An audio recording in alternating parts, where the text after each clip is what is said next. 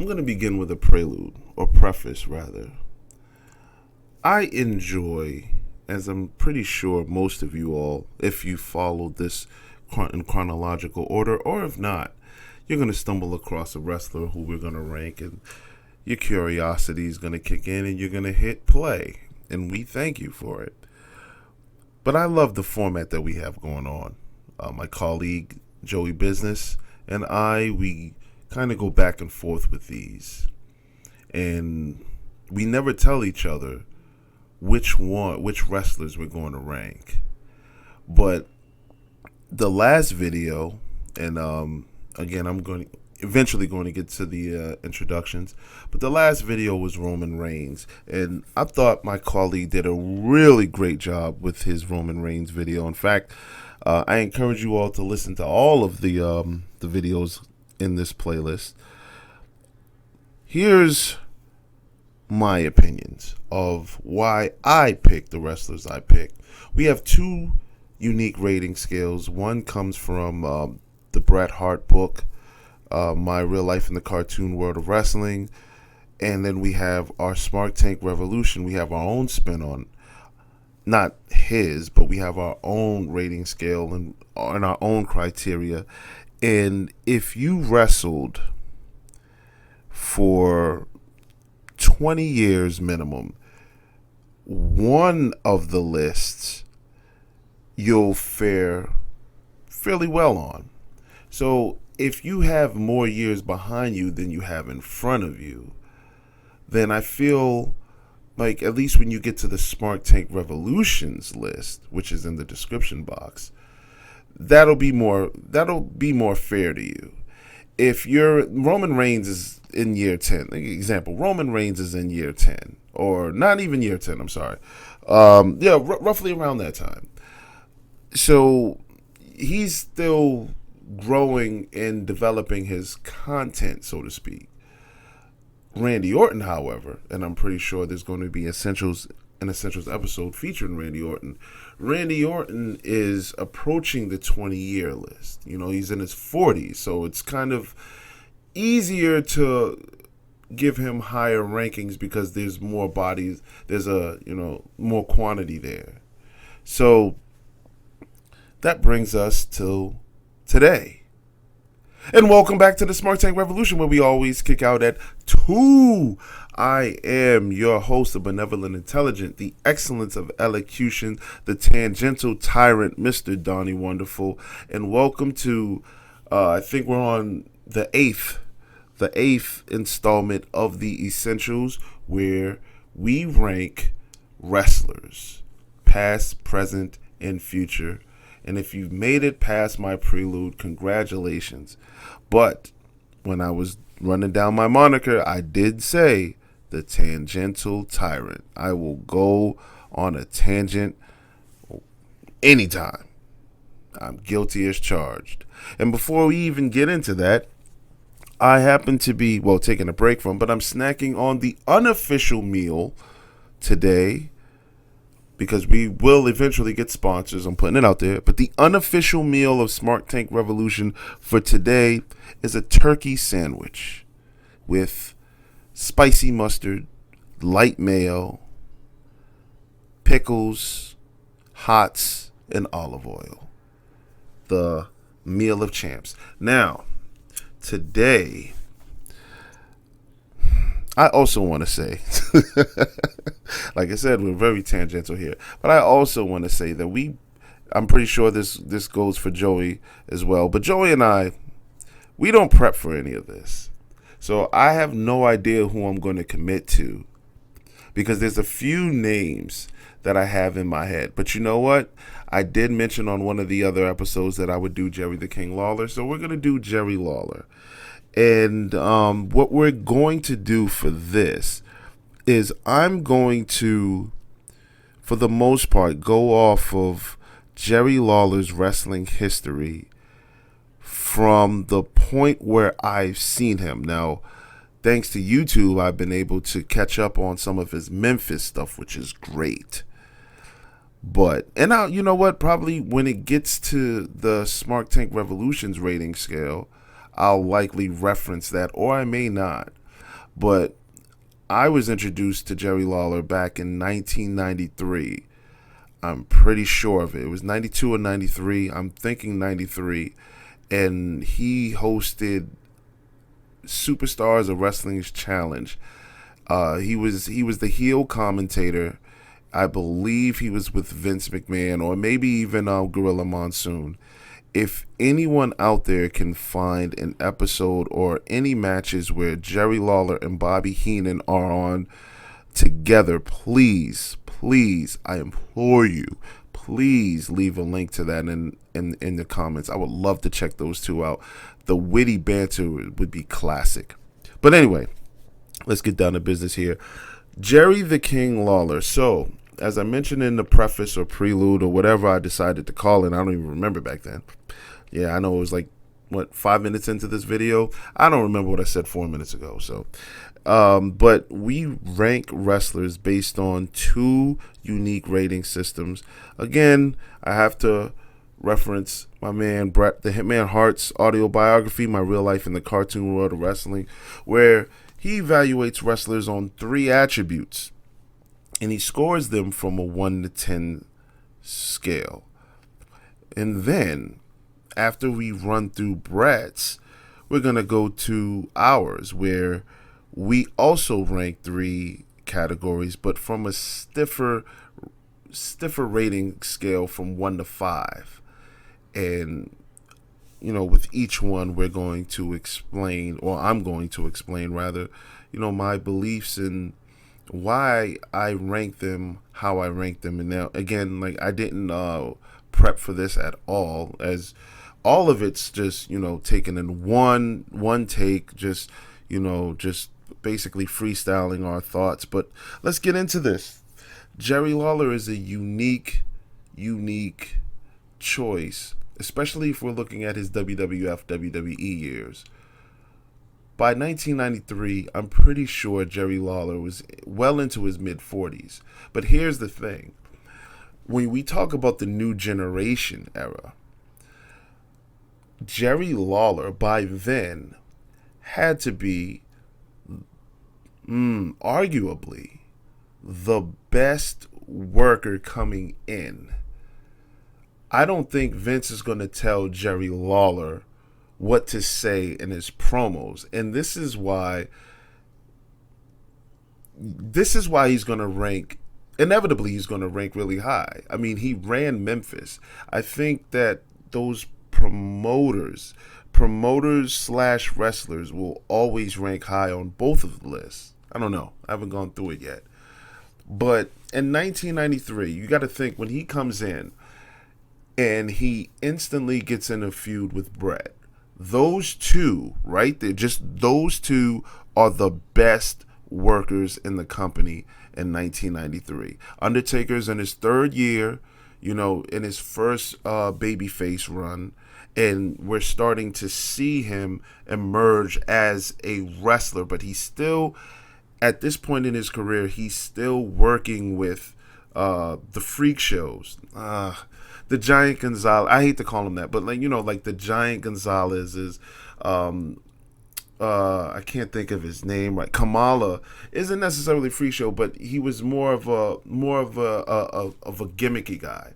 Yokozuna could wrestle, but if you had to wait maybe 4 more years before he got in the ring with the Brets.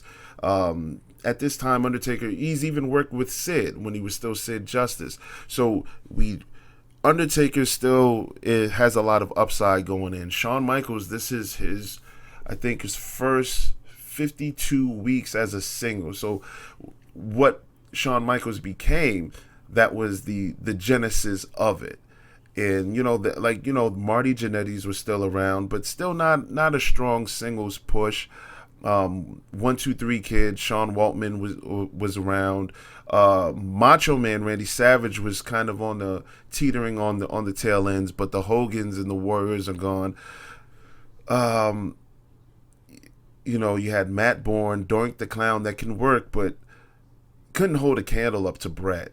even then. And at this time, Bret is 35 or 36 years old. So, we're kind of in the prime years of Bret Hart. So, as I'm, reeling off the roster of 1993 or new generation wrestlers, by the time Jerry Lawler comes in, he clearly has to be the best. He has more wrestling years and experience south of where he was now. Meaning, at 44, Jerry Lawler is, probably had the most experience, in-ring experience, psychology.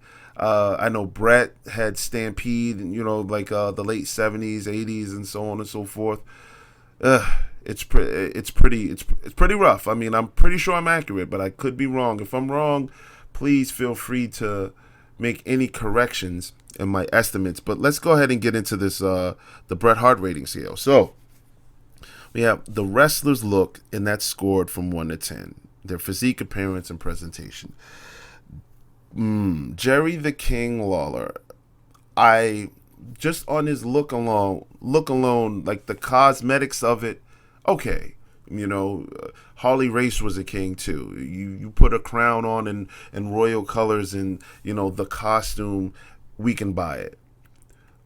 Jerry Lawler's look as a wrestler, I think back then, I have to give him some grace here because Vince McMahon liked the big body guys. Jerry Lawler was, a decent size. I think he's about 6 feet tall, 5'11", 6 feet, between that. Back then, in the territory days, wrestlers looked like they could be that, like they can be amateur wrestlers, and he gets that. Wasn't the most chiseled person. I guess this would probably be the weakest. This is where he would fare to lose here in the rating system. So like from a 1 to 10, I'm going to give him a 6. He wasn't the tallest. He wasn't short. If he's walking in your corner store, he has the size of someone that you can tell is an athlete, just, minus the muscles. The look, the presentation, I do like. So actually, I'm going to raise that up to about a 6.5 because 7. Okay, I'll be nice. 7. I'm gonna raise that up to a 7 because I really like Jerry the King Lawler. Like as the person that I see on television, I've seen on television and back in his Memphis days on YouTube, I can buy the King character, the King look, the physique. That's passable, that's acceptable. So like, rather than to give him a 6, which would be more like the C minus D's, I'll give him a C or a C plus. Average. That's not bad, but in this case, average isn't bad. Like the intrigue of Jerry Lawler wasn't his physique; it was everything else. So I think I'm good there with the 7. The promo ability, gosh, 10. What can I say? And I probably won't even have to spend so long on this one. Jerry Lawler, during the Attitude Era, just the Attitude Era alone was great on the mic. Before he became, the woman craze, puppies. The one-liners were classic. Matter of fact, that was more so of the new generation era. By the when he was still he was a part-time wrestler, making spot appearances. But by the Attitude Era, he wasn't in the ring as much, and he wasn't the heel commentator as much. He started to kind of neutral out. But guys that can do that on live television, you can give him a live mic, and he can go off. Jerry Lawler, you said the man ran the Memphis territory for years. So I would say that, if they have that type of experience, if they have that type of knowledge and psychology in the ring, and they know how to connect well with fans, and they know how to make you hate them, perfect 10. And in my Vince McMahon video, I may have said that Vince was one of the greatest heels because you wanted to punch your boss in the face. I'm going to go and say this. I've always loved Jerry the King Lawler, and I've always thought that he was, in my opinion, back then, the greatest heel that I've ever seen, because his feud started the way my elementary school fights would. Jerry Lawler ran his mouth. Look at the King, Jerry Lawler, and Jake the Snake Roberts. Now, in today's internet, I'm breaking kayfabe world, it was revealed that he actually wasn't comfortable making jokes about Jake Roberts' battle with alcoholism. It's not a joke. It really isn't. If anybody wrestles with it, like my prayers and support, our prayers and support, goes out with you. It's a real big issue. It's a real sensitive one. But the fact that they gave him the green light to go there, like, I wanted to punch Jerry Lawler in his I wanted to punch Jerry Lawler in his mouth. And this all started as on commentary. Jake Roberts said one of the things that led off the insults was, oh, he had a problem and he drank it. And the King had that laugh that was like, ooh, like, how you're saying that to him? I mean, like, his promo abilities were spot on to where his feuds would begin because he ran his mouth. 1995 Monday Night Raw, an interview with Shawn Michaels backstage, Vince McMahon and the King Jerry Lawler on the mic, not on the mic, I'm sorry, on commentary. Lawler's going at HBK saying, you're going to have a lot of people challenging you for that IC title, including me. And that led up to a match the next week. That was classic. This man runs his mouth. Okay, go see me in the ring. And that was off the cuff. Promo ability, 10. And then we have the in-ring work. When you think of the power driver, I'm pretty sure you think of Jerry Lawler. So the in-ring work is even more classic and marvelous. 10. Easy. Jerry Lawler can work. A lot of those territory guys can work. Now, by the time he gets to the WWF, then in WWE, there's not going to be any real classic matches. There's classic feuds, but not the classic matches. But just look at his Memphis stuff. Jerry Lawler, Bill Dundee. Say no more. Say no more. So this is one, I can stand by that 10, but I would literally have to reference you to everything done in the 80s. In the 80s and in the Memphis territory, in the Memphis wrestling days. And if you can find those, watch those, and then come back here, and you would agree. 10 for the in-ring work of Jerry Lawler. So now that's the Bret Hart scale. So we're going to move to our unique rating system, which is called the Essentials. That's where we get the name for these videos and the name of the playlist. So here we also have 3 categories. And just like my colleague Joey Business, I, Donnie Wonderful, love these 3 categories. So the first one is called the innovative effectiveness, the ability to work as a baby face or a heel. In those Memphis years, Jerry Lawler was a baby face. He was a baby face. Memphis loved him. I didn't see him again until 1993, where he worked as a heel, in which I hated him just because he ran his mouth. But in between tapings of Raw Superstars, he would make his appearances back in Memphis where he was still a babyface. He's a beloved babyface. This is a perfect 5. A perfect 5. I wish I had more to reference here, but like I just fear that I've been watching a lot of Memphis wrestling and old Jerry Lawler material with like just recently within like the past like 8 months. So like I can shoot Andy Kaufman. I can make references, but now it would be up to you guys, our faithful listeners, to go back and actually see that, and then bring yourselves up to speed and bring yourselves up abreast with the work that Jerry Lawler was doing back then. He was a beloved babyface. He was literally the Hulk Hogan of Memphis. Super over in Memphis. I can't give him anything less. Okay, so now I'm going to be kind of... I should be more strict here. Okay, so the next category is the classic matches and classic rivalries, scored from a 1 to 5.